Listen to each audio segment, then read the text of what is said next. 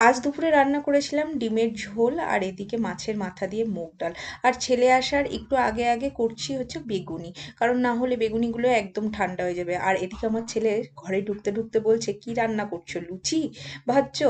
লুচির গন্ধ পাচ্ছি, ওই যে বেগুনিগুলো ভাজার যে গন্ধটা, ও ভাবছে লুচি। সঙ্গে সঙ্গে ব্যাগ রেখে আর হাত মাত না ধুয়েই আগে ঠাকুরের প্রসাদের ওখান থেকে মিষ্টি খেয়ে নিল। আর তারপরে চলে এলো আমি লুচি ভাজছি নাকি সেটা দেখতে। দুপুরের খাওয়া দাওয়া সেরে একটুখানি ফোন ঘাঁটছিলাম, হঠাৎ করে ফোন করে সে এমন একটা কথা বললো যে আমার হাসতে হাসতে পেট ব্যথা হয়ে গেছে।